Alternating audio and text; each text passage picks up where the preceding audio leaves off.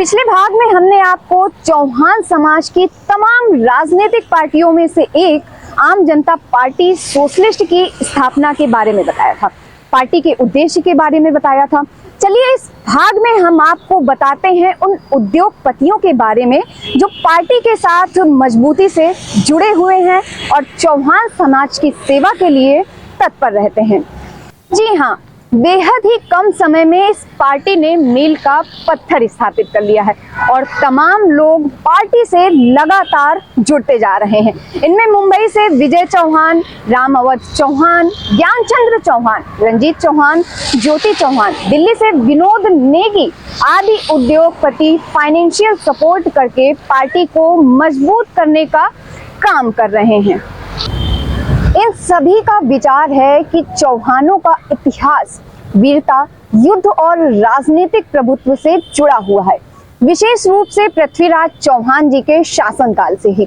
चौहान समाज की तब जो पहचान थी एक पारंगत योद्धा की, एक कुशल राजनेता की, उसे वर्तमान राजनीति में कुछ कुचेष्टधारी नेताओं ने अपने हित के लिए छत विच्छत कर दिया था।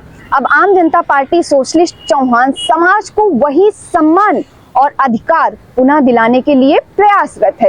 ये सभी सहयोगी चौहान जाति को एकजुट करके विभिन्न क्षेत्रों में राजनीतिक, सामाजिक और आर्थिक गतिविधियों में इस समाज को सक्रिय करने के लिए प्रयासरत हैं। पृथ्वीराज चौहान का जीवन मात्र एक युद्ध गाथा नहीं, बल्कि एक ऐसे बाल सम्राट की असाधारण यात्रा है जो अपनी मातृभूमि की रक्षा के लिए कुछ भी कर सकते हैं। उन्होंने अपनी किस्मत को दोबारा लिखा और अपनी मातृभूमि की रक्षा के लिए समर्पित हुए। वर्तमान राजनीति में चौहान समाज के नाम पर तमाम दलों ने इस समाज को हीन भावना से दिखाकर अपने निजी हितों को पूर्ण करना चाहा, जो कहीं ना कहीं तेजस्वी हिंदू राजा पृथ्वीराज चौहान जी का अपमान है। लेकिन आम जनता पार्टी सोशलिस्ट का विचार पूर्णतः इस समस्त दलों से अलग है।